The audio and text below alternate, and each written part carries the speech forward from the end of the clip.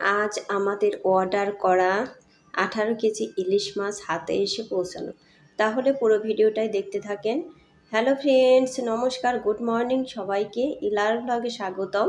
কেমন আছেন সবাই? আশা করি ভগবানের কৃপায় ভালোই আছেন। আমিও তো অনেক ভালো আছি। এই তো এই দেখেন সব কিছু কিন্তু রেডি করা হয়ে গেছে রান্নার জন্য। সব কিছু রেডি করে রেখেছেন, ওগুলো কিন্তু শাশুড়ি মাই আমাকে রেডি করে দিয়েছেন সব কিছু। এই তো তারপরে কিন্তু কফি বানিয়ে নিচ্ছি আগে। এই কফি বানিয়ে তারপরে কিন্তু রান্না বান্না শুরু করে দেব। এই তো আজকে কিন্তু সবার জন্য কফি বানিয়ে নিলাম। এমনিতে সকালে কিন্তু শুধু একজনের জন্য বানাই, আজকে সবার জন্য বানিয়ে নিলাম। আর এমনিতে আমাদের জন্য রং চাটা বানাই। এই তো তারপর একদিকে ভাত বসিয়ে দিয়েছি আর একদিকে কিন্তু কচুরলতি সেদ্ধ হচ্ছে। আর আমার কিন্তু সর্দি লাগছে, একদম সর্দির জন্য কথাও ভালো করে বলতে পারতেছি না, আর মাথা একদম ব্যথা করতেছে। এই তো কচুরলতি কিন্তু আমার ওদিকে ভাত দেওয়া হয়ে গিয়েছে। এখন এই যে পেঁয়াজ রসুন দিয়ে দিলাম, পেঁয়াজ রসুনগুলো ভেজে নিচ্ছি। আমার ওদিকে ডাল সম্বারও হয়ে গেল, আর এদিকে ভাতও কিন্তু প্রায় আমার হয়ে গিয়েছে। আর আমি ডাল সম্বার কিন্তু এই ছোটো ফ্রাই প্যানেই সবসময় করে থাকি, বড় কড়াই আর কিন্তু মাখাই না, এটাই হয়ে যায়। আর আমার কিছুটা ভাত ছিল, ওই ভাতগুলো কিন্তু ভাতের মধ্যে দিয়ে দিলাম। ভাত নষ্ট করে লাভ কি, তাই না? এই তো আজকে কিন্তু শিং মাছ রান্না হচ্ছে, শিং মাছগুলো রান্না করব। এর জন্য কিন্তু আমি আলু সিদ্ধ করে নিয়েছি, আলু সিদ্ধ করে ডাঁটা আর হলো কিছুটা ওর মধ্যে বেগুন দিয়ে দিব। এগুলো দিয়েই কিন্তু শিং মাছগুলো রান্না করব। আর আজকে আমার ভয়েস দেওয়ার সময় শুধু কাটতে হচ্ছে ভয়েসগুলো, কারণ ভালো করে আমি ভয়েসটা দিতে পারছি না। সর্দি লাগলে তো বোঝেনি যে কীরকম অবস্থা হয়। এই তো আগে কিন্তু আমি বেগুন ডাঁটা এগুলোই ভেজে নিচ্ছি, তারপরে কিন্তু আমি আলুগুলো দিয়ে দেবো, সিদ্ধ করা আলু। এইভাবে কিন্তু রান্নাটা করব।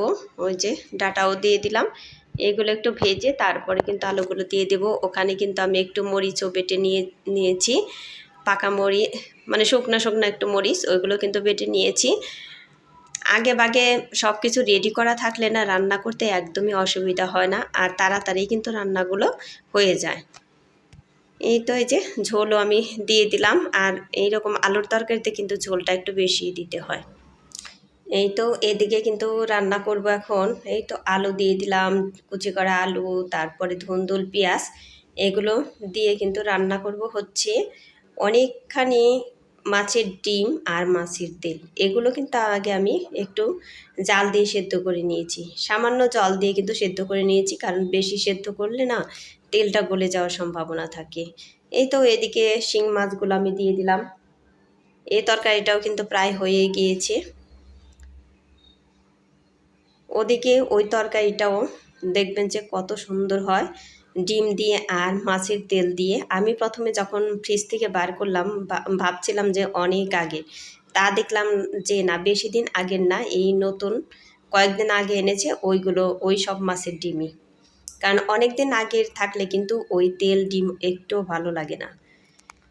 সেদ্ধ করার সাথে সাথে দেখলাম দারুণ সুন্দর সেন্ট বের হচ্ছে। তারপর ভাবলাম যে না, এগুলো তো বেশি দিন আগের না। শাশুড়ি মাও বললো না, এগুলো এই যে 1 সপ্তাহ আগে আনা হয়েছে মাছ, কার্পো মাছের ডিম। এগুলো অনেকটাই ডিম হয়েছিল, আর এখন তো প্রায় সব মাছের ডিম। এই জ্যৈষ্ঠ আষাঢ় মাস, এই সময় তো মাছের ডিম ছাড়ার সময়, এগুলো ধরা পড়লে কিন্তু অনেকটাই ডিম ধরা পড়ে যায়। এই তো তরকারিটা কিন্তু আমি নামিয়ে নিলাম, আর ওই দেখেন কতখানি ডিম, এখানে ডিমের ভাগটাই বেশি আর তেলের ভাগ কম। এই ডিমগুলো এতটাই টেস্টি ছিল, খুবই মজা হয়েছিল এই তরকারিটা। আমি ডিমগুলো কিন্তু একটু ভেঙে ভেঙে দিচ্ছি, কারণ অনেকটাই সেদ্ধ হয়ে আস্তে আস্তে হয়ে গেছে। ওইগুলো একটু ভেঙে না দিলে কিন্তু খাওয়ার সময় ভালো লাগবে না, মনে হবে যে ভিতরে একটু কাঁচা কাঁচা রয়ে গেছে, সেই জন্য কিন্তু একটু ভেঙে ভেঙে দিলাম। আর বন্ধুরা, একটা লাইক দিয়ে আমার ভিডিওটি কন্টিনিউ করবেন। আপনাদের একটা লাইক আমার ভিডিওটিকে এগিয়ে যেতে সাহায্য করবে। আর ভিডিওটি স্কিপ না করে পুরোটাই দেখবেন, আশা করি ভগবানের কৃপায় অনেক ভালোই লাগবে। আর আমার চ্যানেলে নতুন হয়ে থাকলে একটা সাবস্ক্রাইব করে পাশে থাকা বেল আইকনে ক্লিক করে দিবেন, তাই নোটিফিকেশন চলে যাবে সবার আগে আপনার কাছে। এই তো তারপরে যে এদিকেও পেঁয়াজগুলো কিন্তু দিয়ে দিলাম কড়াইতে। এই পেঁয়াজ দিয়ে কিন্তু আমি কচুরলতি রান্না করব, পেঁয়াজ না শুধু, এর মধ্যে কিন্তু রসুনও আছে, ওইগুলো দিয়ে কিন্তু রান্না করবো। এই তো পেঁয়াজ রসুন ভালো করে আমি ভেজে নিয়েছি, তারপরে এই যে কচুরলতি দিয়ে দিলাম। আমি কিন্তু কচুরলতির মধ্যে কাঁঠালের বিচিও দিয়ে দিয়েছি, ওগুলো আগে সেদ্ধ করে নিয়েছি। এই দেখেন এই তরকারিতে কতগুলা ডিম আর তেল, অনেকখানি কিন্তু এখানে ডিম তেল আছে। তরকারিটা এতটাই টেস্টি হয়েছিল তা বলার মতো না।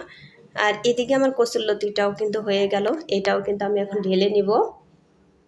আর সবগুলা রান্নাই কিন্তু দারুণ হয়েছিল একদম, দেখেই কিন্তু বোঝা যাচ্ছে যে কতটাই টেস্টি হতে পারে এই সব কিছু রান্না।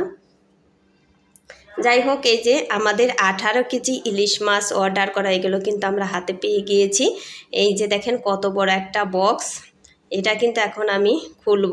তারপরে বিশাল ব্যাপার, 18 কেজি মাছ, অনেকটাই মাছ। আমাদের ইলিশ মাছ কিন্তু 17টা, এখানে 17টায় 18 কেজি মাছ। ওই দেখেন কত বড় বরফ এখানে। আর ইলিশ মাছগুলো কত সুন্দর করে সাজিয়ে দিয়েছে।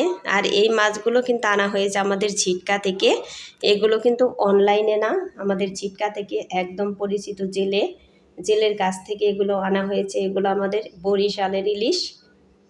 ওই দেখেন কত সুন্দর ইলিশ মাছ, অনেকটাই বড় বড়।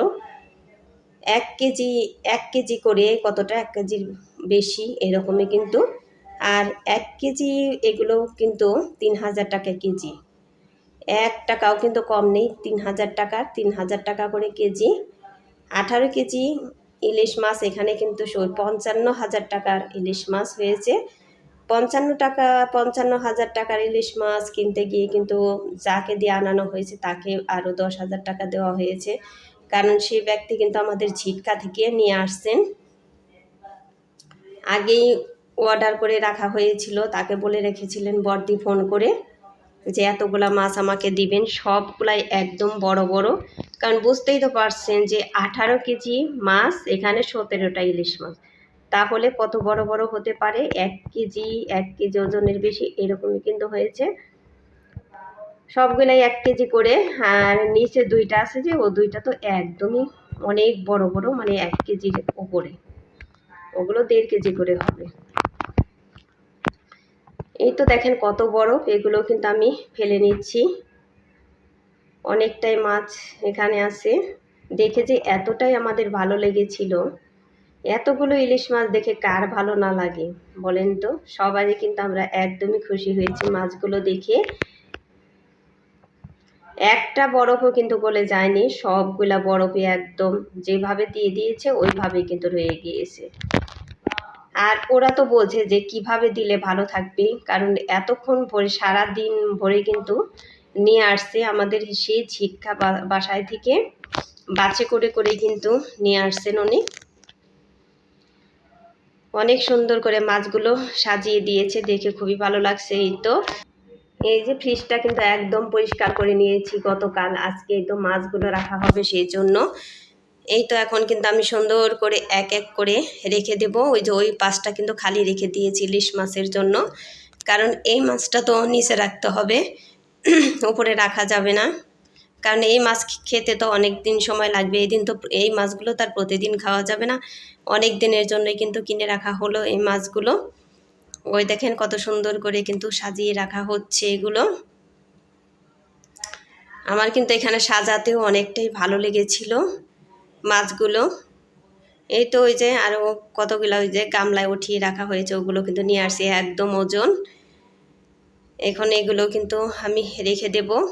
ওই যে সব কিছু রাখা হয়ে গেছে, ওই যে 2টা মাছ ওখানে এভাবে কিন্তু রাখা হয়েছে, সব মাছ সাইজ করে করে কিন্তু রাখা হয়েছে এখান দিয়ে। আর ফ্রিজ কিন্তু এটা ভর্তি হয়ে যায় একদম, এখন কিন্তু ফ্রিজে তেমন একটু খালি আছে, এমনিতে কিন্তু খালি থাকে না কখনোই, অনেকটাই মাছ থাকে এর মধ্যে। ওই যে এই 2টা কিন্তু মানে গতকাল আমরা আগামীকাল খাবো সেই জন্য রেখে দিলাম, ওই 2টা মাছই কিন্তু আমাদের খাওয়া হবে। যাই হোক, সবাই ভালো থাকবেন, সুস্থ থাকবেন এই কামনা করেই ভিডিওটি শেষ করলাম। আর আমার মাছগুলো কেমন হলো সবাই বলবেন।